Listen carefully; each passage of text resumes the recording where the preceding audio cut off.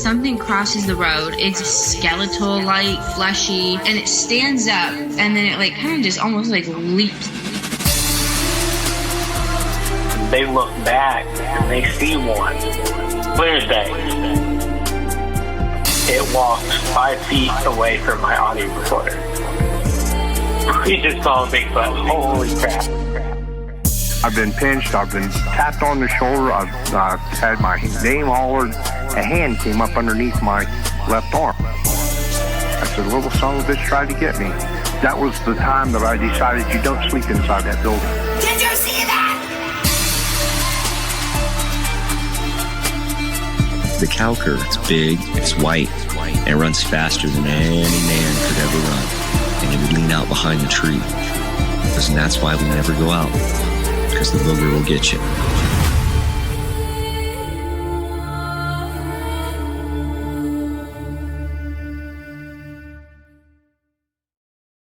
What's going on, everybody, and welcome back to another episode of Exploring the Unknown. My name is Dustin, and today we have a special guest on the show. His name is Corey, coming from Postmortem Paranormal. What's going on, Corey?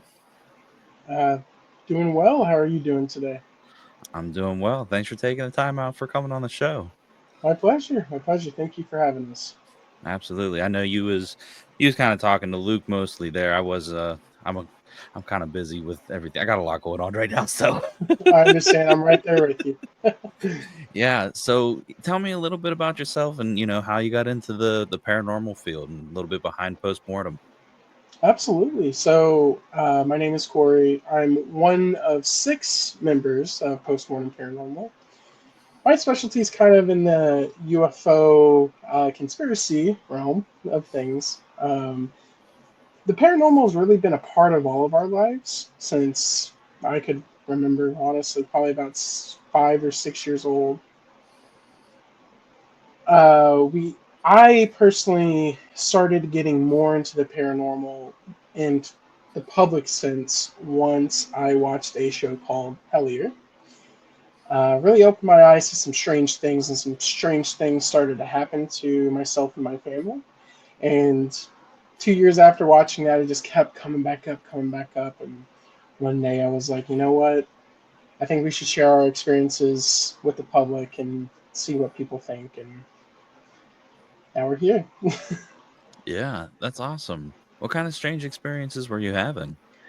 Oh, goodness. So, a big part of the show talks about synchronicities and high strangeness events. So, one of the major factors of the show, and I know it sounds strange, but trust me, it's strange when it happens to you, is the presence of blue star mylar balloons just showing up out of nowhere in the most, the places they shouldn't be, right? Mm-hmm. In the show, this is kind of a moniker that they're on the right path, that they're, going down the correct path, or to show them where to go, of sorts. Well, after watching that, both myself, my mother, and my sister and her husband all started seeing these balloons in random places where, before then I couldn't tell you the last time I had seen a balloon, but specifically are these blue star mylar balloons. We would see them out in the forest. My sister saw 2 out in the 2-mile hike. There shouldn't be a blue mylar balloon there. It's in the middle of nowhere, right? She saw two different instances that happened. I myself, very similar. My mother, again, very similar experiences with that. And that just kind of triggered like a wave of synchronicities with us and the show, in particular, the show being centered around Kentucky, where we're from. Mm-hmm. And we come to find out that my mother and we have lived in multiple places where kind of their path led them to. And it just kept coming up into our life over and over again. And we just kind of had enough with it. We were like, you know what, let's get into this, share our experiences with the public. Oh, wow. So you guys were seeing these same kind of balloons that were on the show, and the show's based around Kentucky as well. Yes, it is. Yes, it is. That's wild. That's interesting because I kind of, dabble in more like the synchronicity, the energetic side of things. So like, I like angel numbers. Like 444 is my number. That's something else that kept showing up over and over again, were these numbers that mattered in the show and then mattered to us as well. Oh, that's it. I'll have to Yes. watch it. Is it on Netflix or Prime? Amazon Prime, it's free. If you have Prime membership, you can actually catch most of their first season on YouTube as well. Their YouTube channel. Okay. Planet Weird. Okay. Hellier. Yes, sir. Hell yeah. Okay, I think I've seen it on there. My wife and I, we watch a lot of paranormal shows at nighttime, Mhm. and we've kind of run the course on most of them because we we sit down and we'll be like, "What do you want to watch?" Wait, we've already Yeah. watched that. We've already watched that. I'm at that point in my life as well where trying to find new shows that are along the same stretch of high strangeness is nearly Mhm. impossible. Yeah. Now, whenever you would encounter these balloons, was there any? Did you feel anything, like anything energetically? Oh, absolutely. It's funny. Like, it's understandable that you know it's kind of like the thing where you buy a car, right? You never notice that particular car out in the road, but once you buy it, you're noticing them everywhere. It could be something similar to that, right? But this was so out there and so different to that, and so much stranger than that. Every Hmm. time this happened to us, we would check our surroundings. Okay, like, are there houses nearby? Could it have been a birthday, right? Could it have been a celebration of some sort? Or we buy a store that sells balloons, and 95% of the time they were completely unexplainable. Completely unexplainable. That's wild. What do you think it is? Like, do you think it's signs, or because I know there's a lot of different theories Yeah. there. Um, as we've gotten deeper into this, it is almost as if it's an initiatory experience.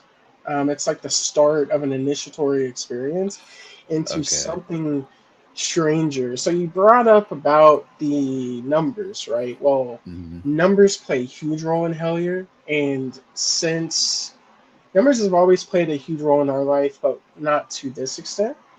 Now when we're doing our paranormal investigations, we'll get random numbers and then we'll plug them into the cipher that is part of Hellier, and it will come up with weird things that lead us down a path, or you know are things that matter in the moment for the path that we're on, almost like it's telling us, hey, we're here, you're doing the right thing, or keep going, keep finding weirder and weirder things out. It's the strangest experience of my life, I have to say. That's wild, and it kind of aligns with something that I've experienced. And it's interesting that you say like, and I think you said initiatory Hmm. or something. So I remember whenever I was first getting into spirituality and like energetics and things like that, um, we would see a lot of numbers, and I would always see them in license plates. And I remember I was on the phone one day with my mom, and I was asking her like what her thoughts were on this, and she kind of explained the same thing. And well, at this point, I'm kind of like, yeah, okay, sure. So I was like, I want to see more. And then it That's was cool. just like overwhelmingly like here, here, here, here, here, here. You know Oh, what I you mean? ask and you shall receive. That is the Hmm. truth. So wild. So okay, now, sorry. No problem. She picks the perfect time. Um, Now I know you're really into aliens and, like you said, conspiracy theories and stuff like that. When did all that Absolutely. become a part of your journey? Oh goodness. Since I was 4 or 5, I've always looked up to the stars. And every time I would look up there, it would feel different. Almost like I wanted to be out there of sorts. So I've always been a stargazer. I've owned a telescope when I was 10 years old, and I taught myself how to use it. I used star maps to figure out where things were that I could view with the telescope I had, and all sorts of things. But um, really, pretty much since I was born, honestly. And, living out in Kentucky, especially in the early 2000s, before, things are always building up. Well, back then there were there still are today, but vastly more rural areas where you can just see everything. And I'll never forget all the time I would just, be in the backyard and just look up at the stars and just watch it. It just amazed me, really. Nothing amazed me quite like the nighttime sky and seeing all the stars and wondering, oh, what are those? Is someone there, right? Are they looking up at the same time as I am? And I had these thoughts as a 7-year-old kid, which is kind of strange as it is. So, No, I get it. I was kind of the same way. There's times where I look in the sky and then it makes me realize how small, oh yes, oh yeah. yes, oh yes. I was thinking the same thing when I was 8, 9 years old, thinking how massive everything is compared to, just Earth in general, and yeah. Now, have you ever witnessed anything, that you would say may have been an alien or UFO or anything like that? Oh goodness. So, um, when I was 9 years old, we moved out into what could definitely be classified as the boonies. It was a town of 100 people. We lived on a farm that had a house that was originally built in the early 1800s that had been passed down generation to generation in this family.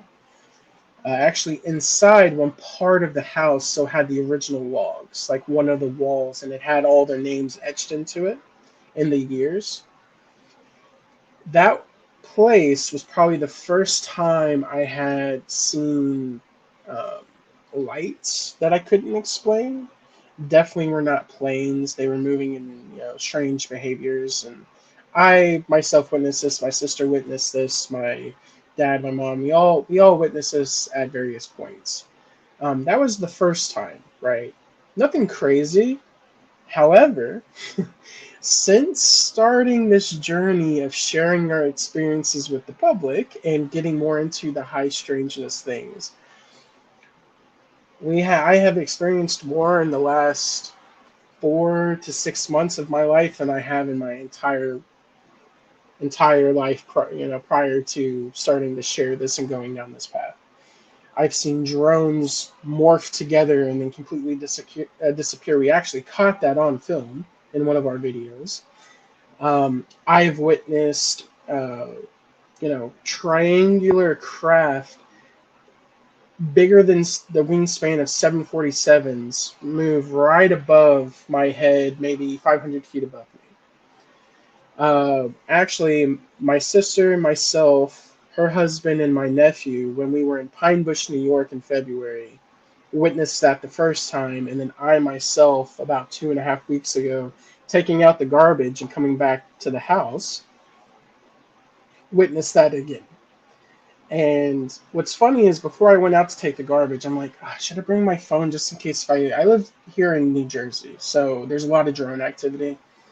I'm like, should I bring my phone just in case if I, capture, I see a drone? And I'm like, no, I haven't seen one in like, 2 weeks. Nah. So I didn't. Sometimes I think it's a personal experience. It's meant to be a personal experience and not necessarily shared with others. Right. That's kind of what I'm getting to. Yeah. Now, when you say drones, are you meaning like the ones that they've been reporting on the news? Yes. Now, I'm also saying these were drones just because, um, well, I actually know it's funny. I call them drones, but it's not like I can definitively say these are drones versus they're unidentified. That's for sure. So we can safely say they're UAPs, UFOs, however you want to say it. Um, but these large triangular crafts in particular were extremely strange. I call them drones just because a lot of what we see in our nighttime sky around here now have been drones. So that's just kind of a word I've been using lately to describe them. I see. Yeah, I've been seeing. I feel like it's kind of died down a little bit at this point, but It maybe I'm on has. the wrong side of TikTok. TikTok's funny that way. Now, what do you think about like hotspots and things like that people talk about? Do you think that there's something happening like energetically as a reason to why there's more experiences in these locations? Um, yes. So I think there's always reasons, and funny enough, part of the journey of Hellier talks a little bit about um, the reasonings for some of these hotspots, and the book that they use. It's called Secret Cipher of the Euthanauts. I just started reading it. It outlines the whole entire cipher that was found, that can be used to explain the reasoning behind a lot of these UFO hotspots, supposedly, right? I'm not necessarily fully sold on it yet, but I'm getting there. Um, and there's a reason for it all, 100%.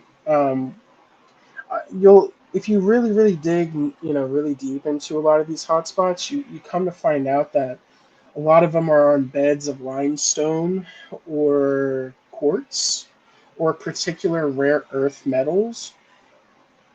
A lot of the times, a lot of times they'll be on ley lines, right? There's definitely an explanation. Maybe we're not all quite there yet, scientifically speaking, because I come from a very scientific standpoint. I like to explain things and uh, explain them to the highest possible knowledge we have currently.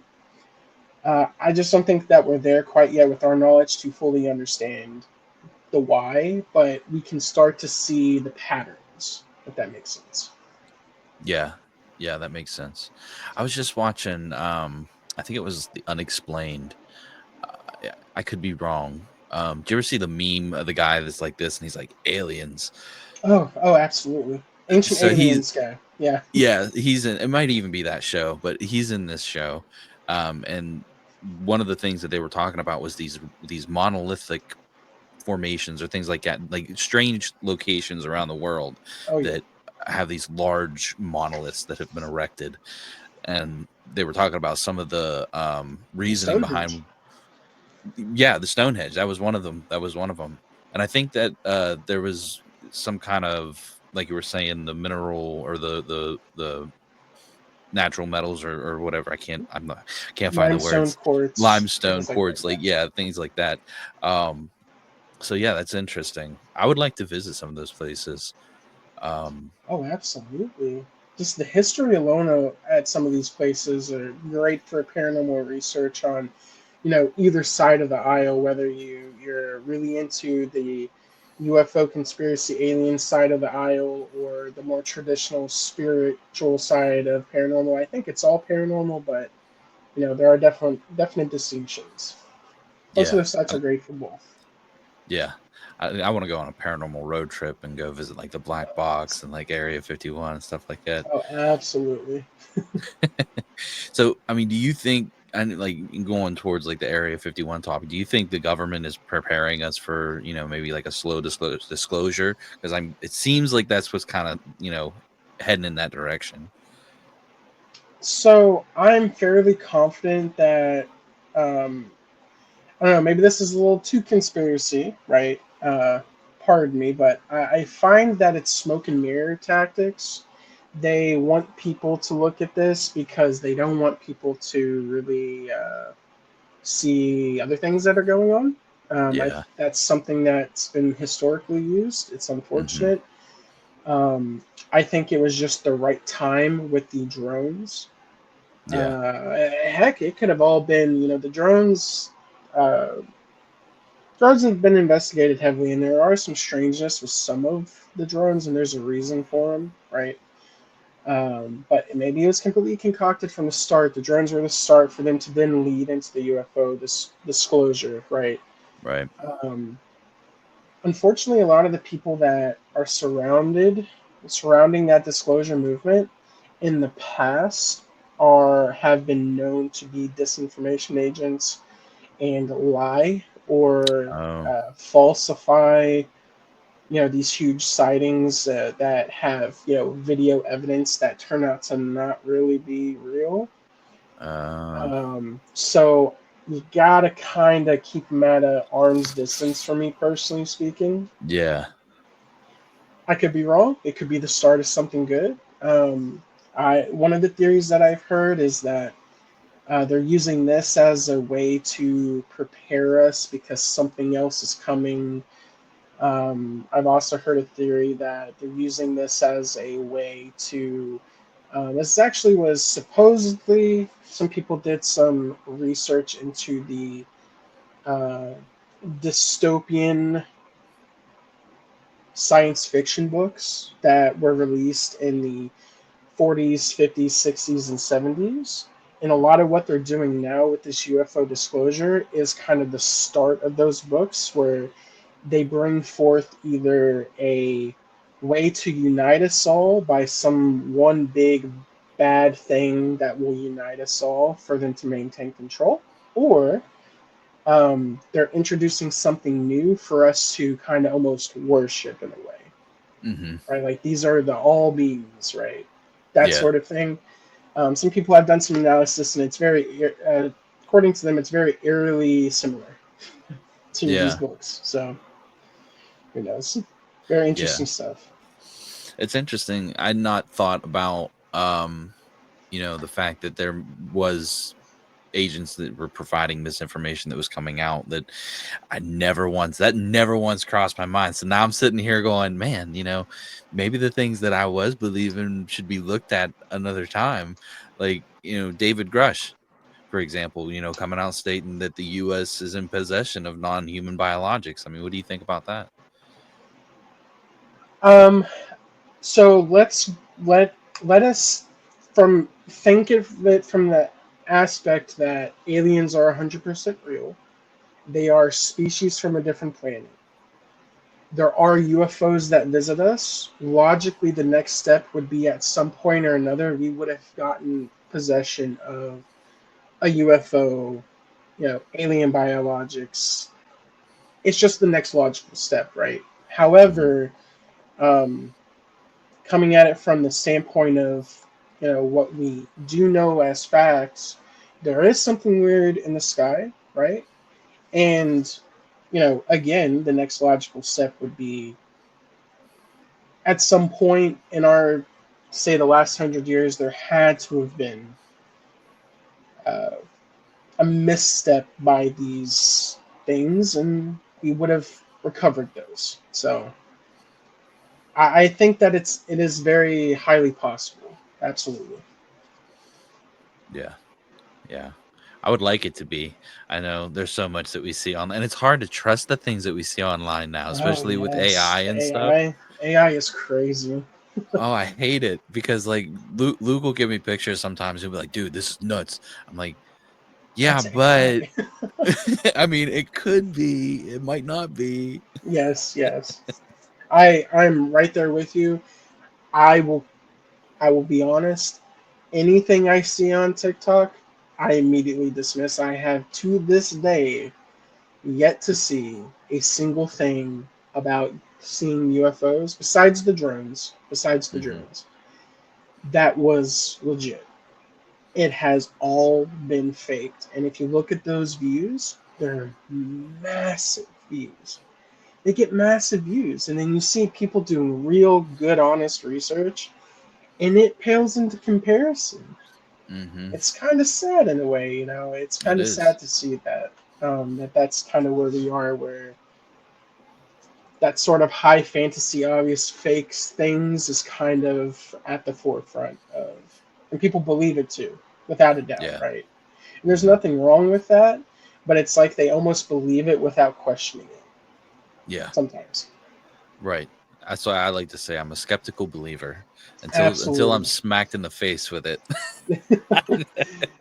I definitely come from it from a standpoint of, now, based off of my experiences, I know it's like faith, right? I have faith that there is legitimately something else out there, right? Hmm. So when I'm having these experiences, though, I come from that standpoint of a skeptical believer, because we do have crazy technology here on Earth that can absolutely be misconstrued or you know, seen at a different angle looks weirder than it actually is. Right. So we always at postmortem try to be the utmost. We try to, find a reasonable explanation before we jump to this. Oh, it's spirit, or oh, that's a UFO. So, Right. Do you think that there'll ever become a point where, things of that nature are looked at, a little bit more seriously and a little bit more closely and trying to understand, what's actually happening? absolutely.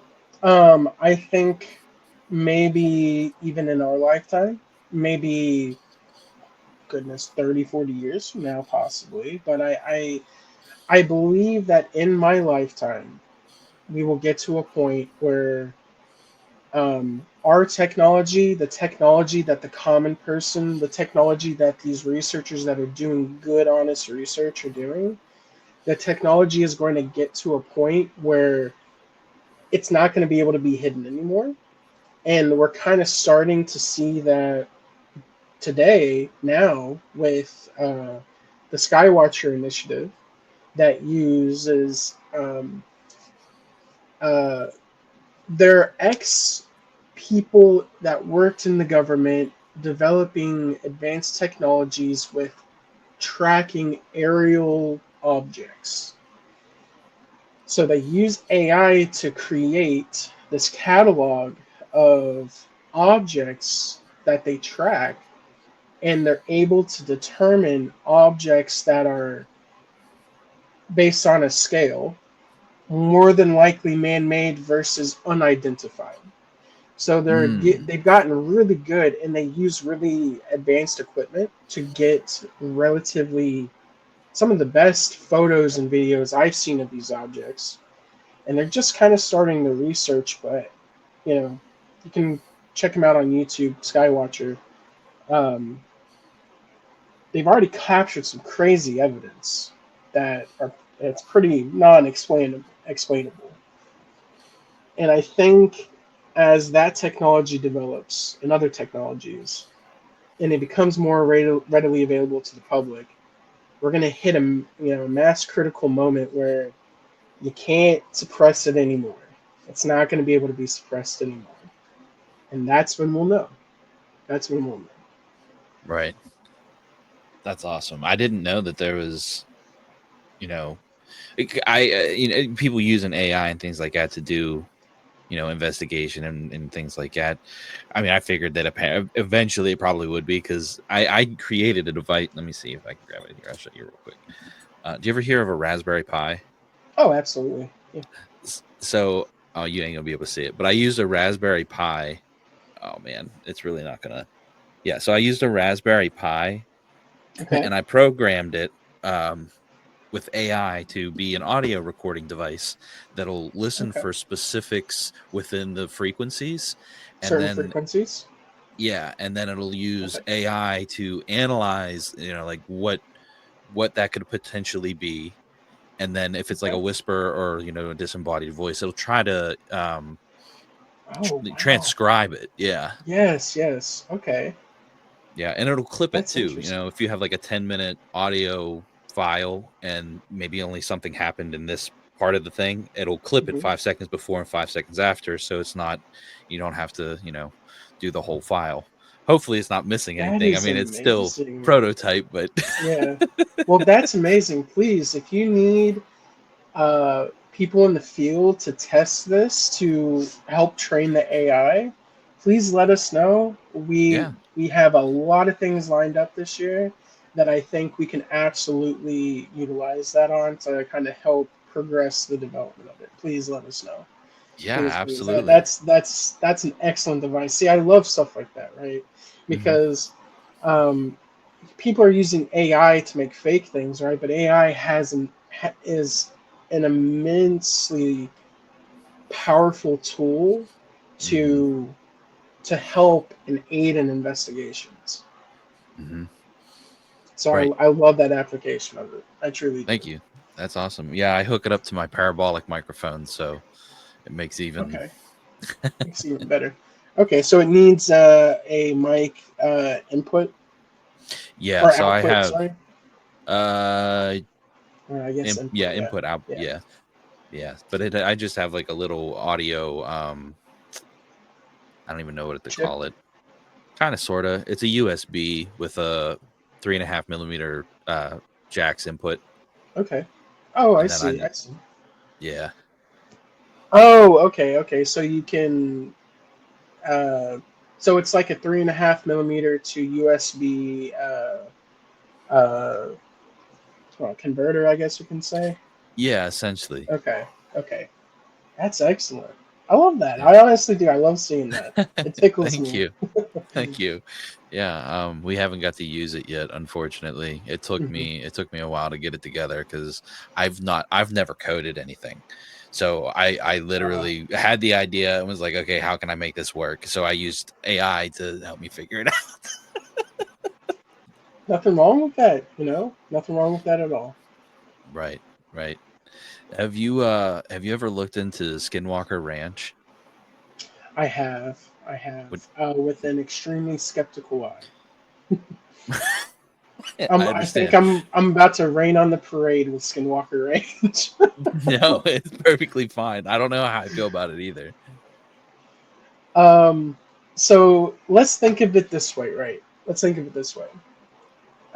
Prior to this gentleman buying it, things prior to that, I think in 2013 is when he bought it, or 15, something of that nature.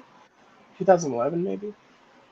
Um, I think are a little bit more plausible, right? I think something's weird about Skinwalker Ranch. Normal people have weird experiences there. Something truly Mhm. is going on there, right? But let's be honest here. If actual government research is being done there, do you think the government would allow them to bring in a bunch of people to make a TV show? No, They're not going to want that. no, you not know, no. are they going to allow a person to publicly talk about the strange things going on there to the masses like that? Probably not. Yeah, that's why they make things up. You know, it's for TV. Yes, yes. So there have been people that have come forward talking about how it's 100% scripted. I mean, you can tell it's scripted. Yeah. If you just listen to the way they talk, they're not good actors. So Hmm. you can tell. Not to mention, a lot of the government people that they brought into, people have, through FOIA as well as declassified documents, have found that some of them have been within the United States intelligence agencies since the 70s and 80s. Okay. So that is along the same lines of the disinformation campaigns Hmm. that took place during the 60s, 70s, and 80s, where they implanted people uh, into the UFO community to tell half truths. It's all about half truths, right? You can't have a good lie without partially it being true. If part of it's true, it keeps people guessing. It keeps even the smart people guessing because they notice that this part of it's true, but there's still a part of it that's right? It can trick some people. Some people will then therefore just say, "Oh, that's fake," then, right?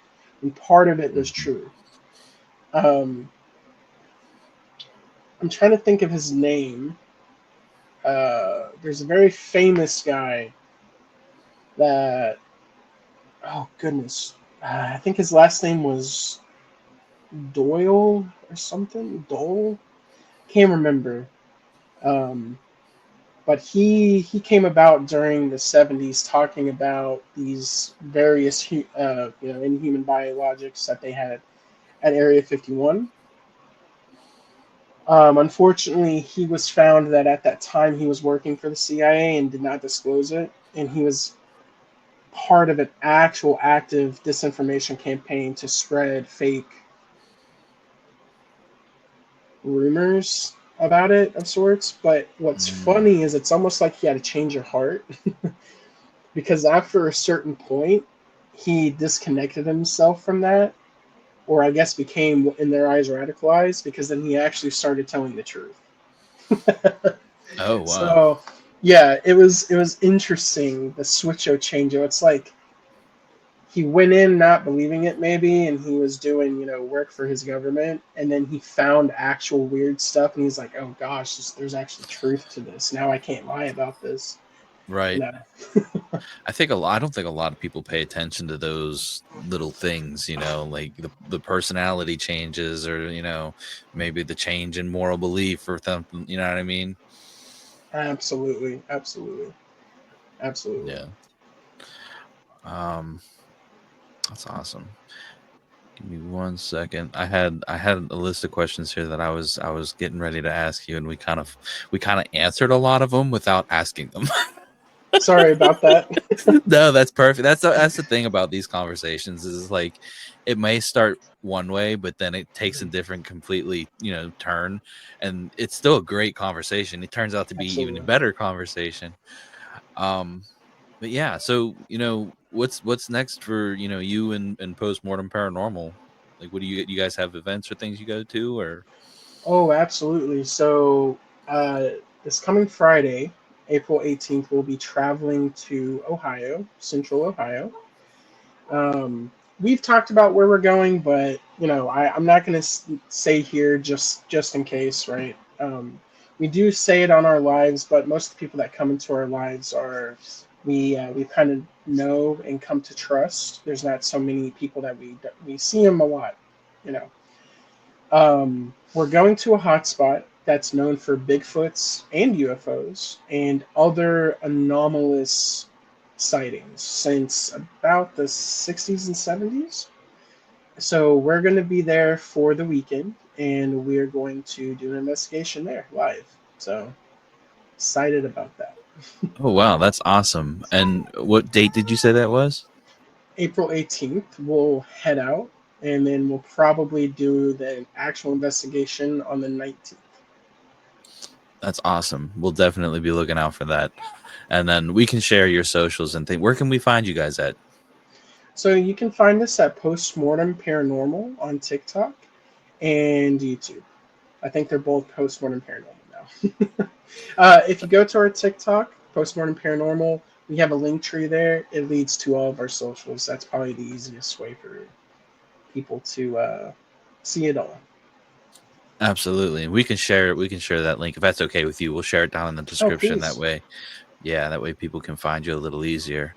Please do. But I want to thank you for, taking the time out and coming on the show and spending some time with me talking about some really cool things. We usually wrap up our episodes with a would you rather question. Oh, So wonderful. let me get my creepy music.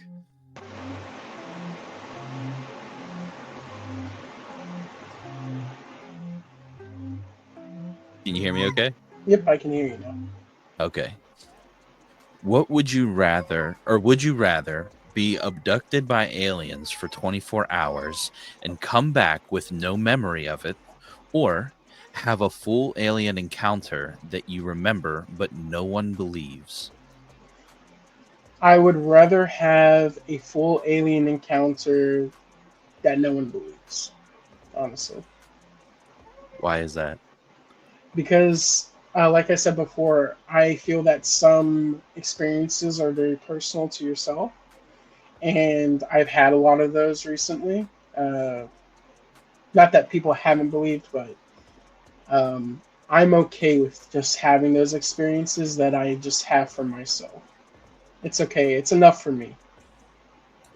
That's a good answer. I like that. I'm right there with you, though. It definitely is a personal journey, and whether or not somebody believes me or not, that's on them. It was my experience. Absolutely. Absolutely. Well, again, I want to thank you so much for coming on the show, and you guys are always welcome back on. It was a great conversation, man. Likewise. Thank you so much for having us, and again, let us know about that device you're working on. We would be I glad will do. to help how we can. Absolutely. All right. We'll see you later, Corey. You have a good day, sir.